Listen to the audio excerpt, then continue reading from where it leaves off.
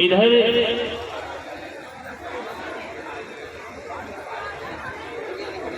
प्रद्युम्न ने संबरासुर का उद्धार किए। सुखदेव जी महाराज कहते हैं एक राजा है जिसका नाम सत्राजित है। सत्राजित भगवान सूर्य का उपासना करता है। सूर्य की उपासना से उसे एक मणि प्राप्त होती है। वो मणि कोई और नहीं जिसका नाम समंतक मणि है। वो प्रतिदिन 40 भार प्रतिदिन उससे सोना मिलता था।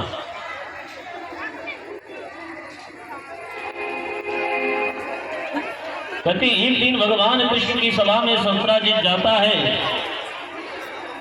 जब वो सभा में गया तो देखता है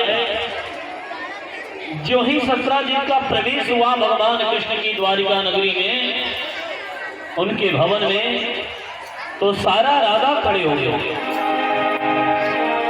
सभी ने कहा देखिए आपके भवन में आज भगवान सूर्य आ गए हैं। कहते हैं सूर्य का दिया हुआ मणि था। मणि में इतने तेज थे, इतनी चमक थी, जिसे देखकर सबने कहा कि आज सभा में भगवान सूर्य नारायण का आगमन हो चुका है। कहते हैं भगवान कन्हैया कहते हैं ये भगवान सूर्य नहीं, ये राजा सत्राजित हैं। सत्राजित को भगवान सूर्य ने मणि दिया है। एक दिन की बात है कि उस मणि को लेकर सत्राजित का भाई है जिसका नाम है प्रसेन।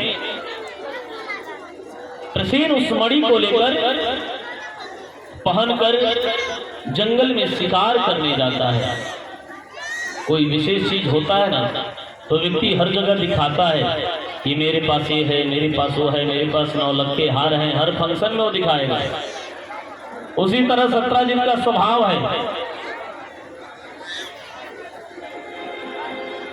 सत्राजित जंगल में शिकार करने गया। कहते हैं कई दिनों तक सत्राजित नहीं आया। जब सत्राजित प्रसेन नहीं आया, जब प्रसेन नहीं आया तो इधर पूरे द्वारिका में और सत्राजित के पास, सत्राजित की नगरी में, घर में, पूरे नगर में हल्ला हुआ कि सबने कहा था कि भगवान कृष्ण को ये मणि दे दो। वो द्वारिका के राजा हैं और राज्य का कुछ विशेष चीज होता है उस पे राजा का अधिकार होता है, इसलिए मणि सत्राजित को दे दो। लेकिन यहाँ मणि जो है समंतक मणि सत्राजित ने कहा कि भगवान सूर्य मुझे दिए हैं तो मैं किसी राजा को क्यों दे दूं? नहीं दिया। और इधर उसका भाई भी कई दिनों तक नहीं आया। मन में विचार चलने लगा सारे राज्य में, सत्राजित के मन में कि भगवान कृष्ण कहीं मेरे भाई को मारकर इस मणि को तो नहीं ले लिए। कन्हैया के ऊपर एक कलंक लग गया। कहते हैं जो ही एक कलंक लगा तो भगवान ने कहा कि इस कलंक को दूर करना है। उस मणि की खोज के लिए भगवान कन्हैया और अपने साथ कुछ सखा साथी को लेकर चले गए। जब गए तो देखे कि यहाँ एक जगह सत्राजित मरा हुआ है। कहते हैं वहां एक सिंह के पद चिन्हों का निशान दिखा, यानी प्रसेन को एक सिंह ने मार दिया है। जब आगे चले तो उन्होंने देखा कि उस सिंह को भी एक भालू, एक वृक्षराज ने मार दिया है। अब उस भालू के पद चिन्हों को देखते देखते जब आगे गए तो एक गुफा मिला। गुफा में कृष्ण घुसते हैं और बाहर अपने सारे साथी को कहते हैं कि आप सब बाहर रहो। भगवान गुफा में गए तो वहां देखे कि एक ऋक्षराज की एक कन्या है जो उसी गुफा में खेल रही है। सूत जी महाराज कहते हैं, परीक्षित, और ऋक्षराज की कन्या जब कृष्ण को देखी तो जोर जोर से चिल्लाने लगी। जिसकी चिल्लाहट देखकर ऋक्षराज तुरंत बाहर निकले और हुंकार भरते हुए कन्हैया पे टूट पड़े। कहते हैं दोनों में युद्ध चल रहा है, एक दूसरे पे दोनों अपने अस्त्रों का मृतिका का प्रहार होता है।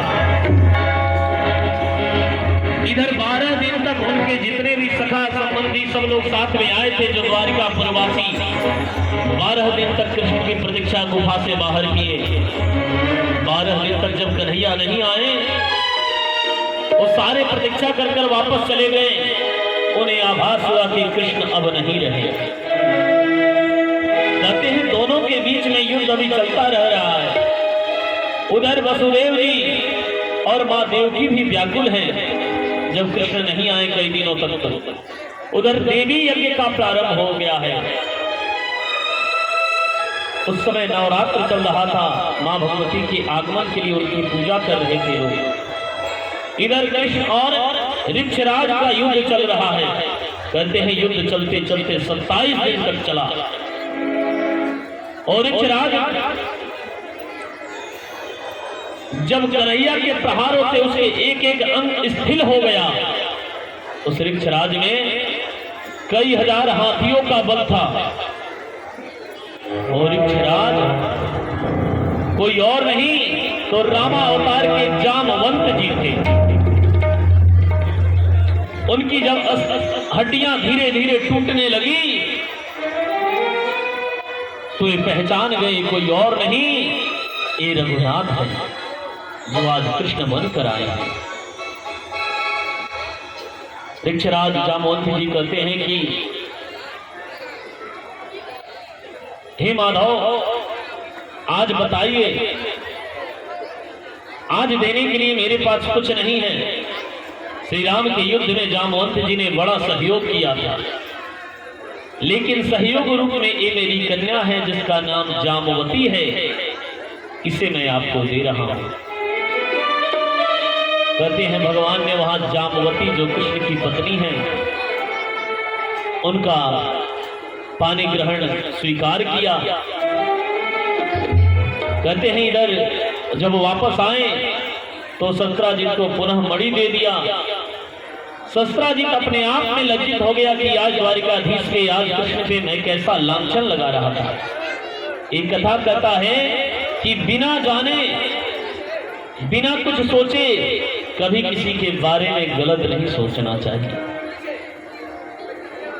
बिना समझे इंसान जो भी काम करता है उसमें कुछ न कुछ उसकी भावना छुपी होती है। मणि दिए, शस्त्राजित मणि को लेते हुए लज्जित हो रहा था।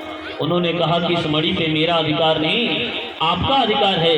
इस मणि को आप लाए हैं, आप ही रखिए, आप इस तरह राजा हैं और मुझे क्षमा कीजिए।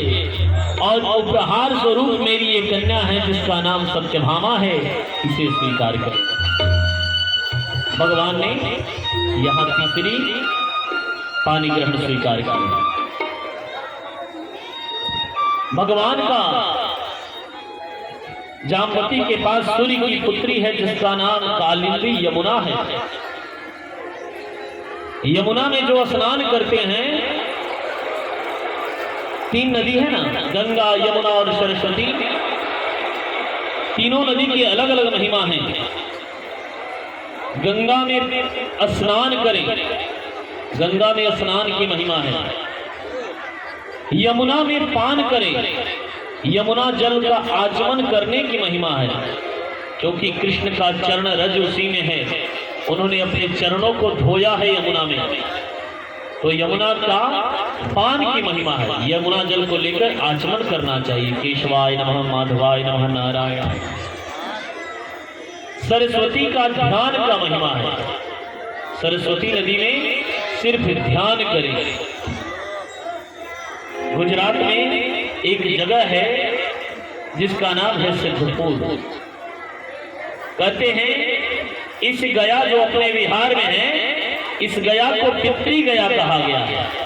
और सिद्धपुर जो गुजरात में है, जिस नदी के तट पे भगवान कपिल तपस्या किए थे, वो गुजरात सिद्धपुर में है, मेहसाणा शहर के आगे है, और उसको मातृ गया कहा गया है। जो लोग अपनी माँ का क्रिया कर्म वहां पे पिंडदान करते हैं, वहां सदैव उन्हें मुक्ति मिल जाती है। एक बहुत पहले एक विदेशी आए, तो सिद्धपुर में अच्छे अच्छे ब्राह्मण हैं, तो एक विदेशी ने हमारे धर्म पे आवाज उठाया, कहा कि ऐसा कुछ नहीं हो सकता। वहां पे है कि जो लोग सच्चे मन से ध्यान करते हैं उस नदी के तट पे, उनके पितरों का स्वरूप उस जल में दिखाई देता है। ज्यों ज्यों कलयुग आगे बढ़ेगा, उस तरह जल का सतह अपने आप समाप्त होता जाएगा और अग्नि का प्रहार बढ़ता जाएगा, क्योंकि जल जीवन है। जीवन डोर धीरे धीरे टूटते जाएंगे, और उसी का आश्रय लेने के लिए श्रीमद् भागवत है। तो विदेशी आए जब सिद्धपुर में, तो उन्होंने वहां के पंडितों को हंस दिया, कहे सब मजाक बातें हैं, ऐसा होता थोड़ी है। तो एक वहां के विद्वान थे, वहां पे उन्होंने कहा कि महाराज एक काम करो, आप मेरी एक बात सुनो, आप अपने माता पिता के किसी अंग को देखे हैं? उन्होंने कहा कि मेरी माँ कंगन पहनती थी। उन्होंने कहा मेरी माँ कंगन पहनती थी सोने की। उन्होंने विधि कराई और कही अपनी माँ का ध्यान कीजिए। थोड़े देर बाद उनके माँ का सर कट गया था, सर दिखाई नहीं दिया, लेकिन कंगन पहने हुए सरस्वती नदी से भात बाहर जरूर दिखाई दिया। उस स्वरूप स्पर्श नहीं कर सकते हैं, लेकिन दिखाई जरूर देगा। आज प्रकृति उसका साक्षी है। आप बगल में चले जाइए, कश्मीर में अमरनाथ एक धाम पड़ता है। कितने लोग अमरनाथ गए हैं इसमें? एक भी नहीं। आप गए ना अमरनाथ?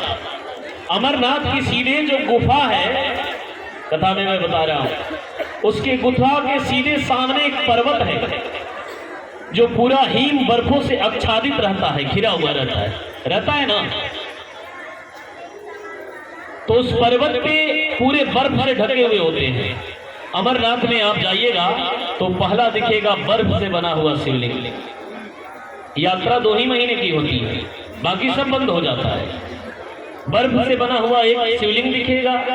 बगल में जब आइएगा उसके सीधे वाम विभागे गिरिजा रूपम अति ललितम, सीधे बाएं आइएगा तो भगवती पार्वती का स्थान है। वहीं जब थोड़े बगल में आइएगा तो आपको गणेश जी का स्थान दिखेगा, गणपति का। और एक उसी बर्फों से एक नदी की रूप पहाड़ों से होती हुई निकलती है, जल गिरता है, वहां का जगह भीगा भीगा रहता है ना। ठीक जब गुफा से आप देखिएगा बाहर की ओर, तो उसके सीधे सामने एक पर्वत है, सीधे ठीक सामने, हेलीपैड के बगल में, जहाँ हेलीपैड बना है उसके बगल में ठीक सामने देखिए तो पर्वत है। आप लोग तो यात्री बन के गए हैं, एक दिन गए फिर आ गए, आप लोग तो 2 घंटे के लिए वहां रुकते हैं, 10 मिनट के लिए। सीधे सामने पर्वत पे देखिएगा तो बर्फ की आकृति अपने आप बनता है। उस बर्फों में भगवान जटाधारी महादेव बन जाते हैं। उसी बर्फों से चंद्रमा बन जाती है, कभी उसी बर्फों से डमरू बन जाता है, कभी उसी बर्फों से नाग के नौकुल बन जाते हैं, नौकुल नाग, यानी कभी उसी बर्फों से ओमकार बन जाता है, कभी वो बर्फ बिंदु स्वरूप ले लेता है। और बर्फों में ध्यान से देखिएगा तो आपको महसूस होगा कि इस बर्फ को जब हटाएंगे तो भगवान शिव और पार्वती दोनों इसी में बैठे हुए हैं। ये सतयुग द्वापर की बात नहीं है, त्रेता की बात नहीं है, एक कलयुग की बात है। आज भी जो लोग अमरनाथ जाएं उस दर्शन को जरूर करें, समय हो तो उधर ध्यान जरूर दीजिएगा, क्योंकि यात्री को लोग उतना बताते नहीं है। मैं कथा में बता दिया क्योंकि मैं 2-2 महीना वहां रह कर भगवान अमरनाथ का सेवा किया हूं। इसलिए विद्यार्थी जीवन में, आज नहीं, आज तो मैं कथाकार आचार्य बना, लेकिन विद्यार्थी जीवन में मैं 2-2 महीना रहकर वहां सेवा किया हूं। जब आप ध्यान दीजिएगा तो लगेगा कैलाश पे आप बैठे हैं। आज कैलाश चाइना में चला गया है, लेकिन वहां भगवान भारत के लोगों के दर्शन के लिए हमेशा विराजमान रहते हैं। बोलिए अमरनाथ महादेव। सतयुग से वो 2 कबूतर जो हैं वहां श्वेत, वो दोनों आज तक वहां विद्यमान हैं। हम लोग आरती में कभी कंधे पे बैठ जाते हैं। प्रकृति का, भगवान का दर्शन आज भी संभव है, लेकिन मानव जब इस सामान्य चक्षुओं से देखता है तो उसे ईश्वर दिखाई नहीं देते, उसे मन की आंखों से देखनी पड़ेगी। भगवान यहां कालिंदी, जिसको जमुना कहते हैं, तो जमुना के जल का पान का महिमा है। कालिंदी यमुना किसकी पुत्री है? भगवान सूर्य की पुत्री है। वो यमराज और जो शनि देव हैं, वो दोनों उनके भाई हैं। शनि देव यमराज के बड़े भाई हैं। कहते हैं श्रीमद् भागवत में है कि जो लोग यमुना के जल में स्नान करते हैं, उस जल का पान करते हैं और गले में तुलसी की माला पहनते हैं या रुद्राक्ष की माला पहनते हैं, उनको यमराज कभी परेशान नहीं करता है। क्योंकि क्यों करेगा? क्योंकि जिनकी मां यमुना है, तो यमराज क्या हुए? जब मां यमुना है और यमराज उनके भाई हैं, तो यमराज क्या हुए? मामा हुए ना। मामा, हमारे भारत में मामा अपने भांजे पे हाथ नहीं उठाते, है ना। लोग कहते हैं कि हाँ, अगर मारोगे तो बुढ़ापे में तुम्हारा ये हाथ काम नहीं करेगा। कोई मामा अपने भांजे पे हाथ नहीं उठाता है। तो जो यमुना में रहे, यमुना से जुड़े, कन्हैया से जुड़े, कृष्ण से जुड़े, यानी यमराज कृष्ण के क्या हुए? साले हुए। और यमराज के कृष्ण क्या हुए? बहनोई हुए। तो जिसके पिता परमेश्वर कृष्ण हैं, उन्हें कोई मामा परेशान नहीं करेगा। बोलिए राधे राधे। कृष्ण की चौथी पत्नी हुई, जिसका नाम कालिंदी यमुना है। आगे उनका मित्र विद्रा से पानी ग्रहण हुआ, सत्या, भद्रा और लक्ष्मणा से। ये 8 उनकी पटरानियां हैं जो विशेष है। और भौमासुर जो 16,100 कन्याओं को और कई राजाओं को अपने पास बंधक बनाकर रखा था और सभी कन्याओं के साथ विहार करता था। भगवान जब हस्तिनापुर गए, वहां से भौमासुर को मारकर उन 16,100 कन्याओं को और सभी राजाओं को वहां से छुड़ा कर लाए। जब भगवान ने उन 16,000 को छुड़ाया तो 16,000 कन्याएं कहीं की भगवान ने कहा अब तुम आजाद हो, जा सकती हो। कहते हैं कि भगवान ने कहा कि तुम जाओ अपने अपने पिता के घर। उन 16,000 कन्याओं ने कहा कि मेरे पिता के घर मैं जाऊंगी तो मेरे पिता, मेरा समाज मुझे स्वीकार नहीं करेगा।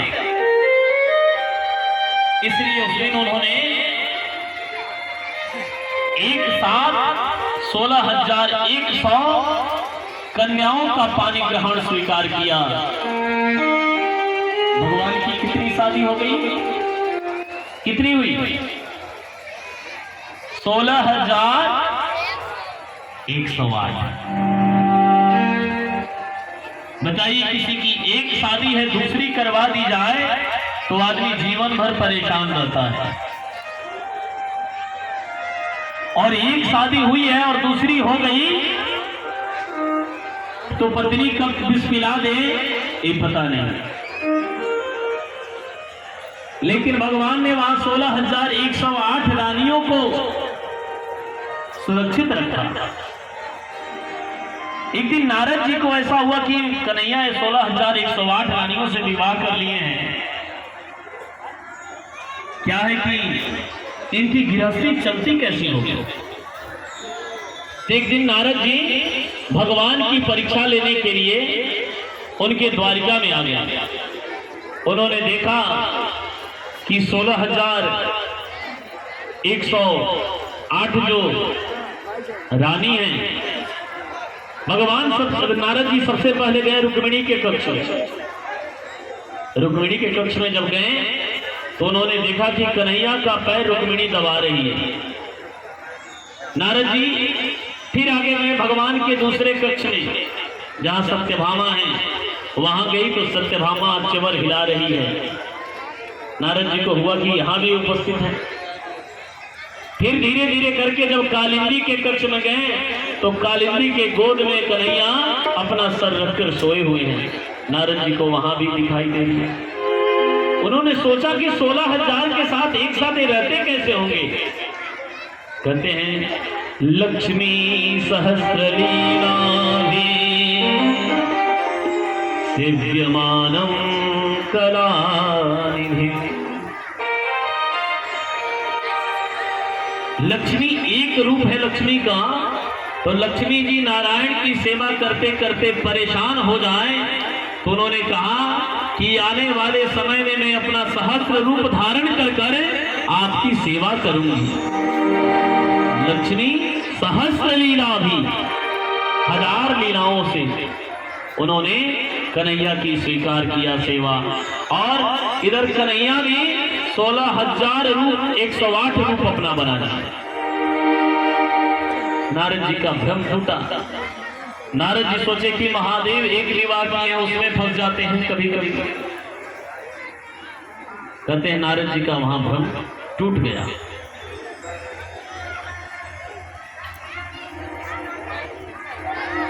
और भगवान का नारद जी ने स्तुति किया कि प्रभु मैं मानता हूं कि आप सब एक साथ कर सकते हैं।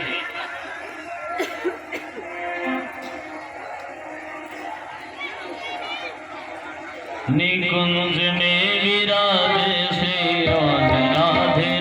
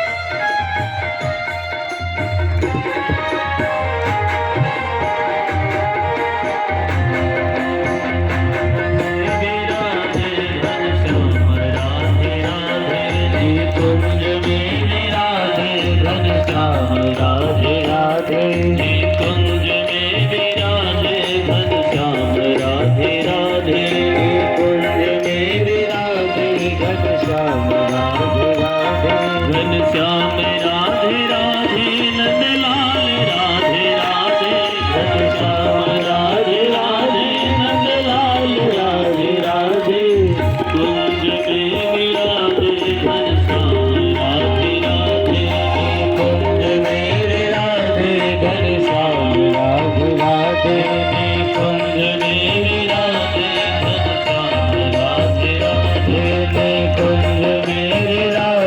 घनश्याम राधे राधे। इस तरह नारद जी का भी वहां भ्रम टूट गया। कहते हैं जो लोग अपने जिनके कन्याओं के विवाह में देरी होती है,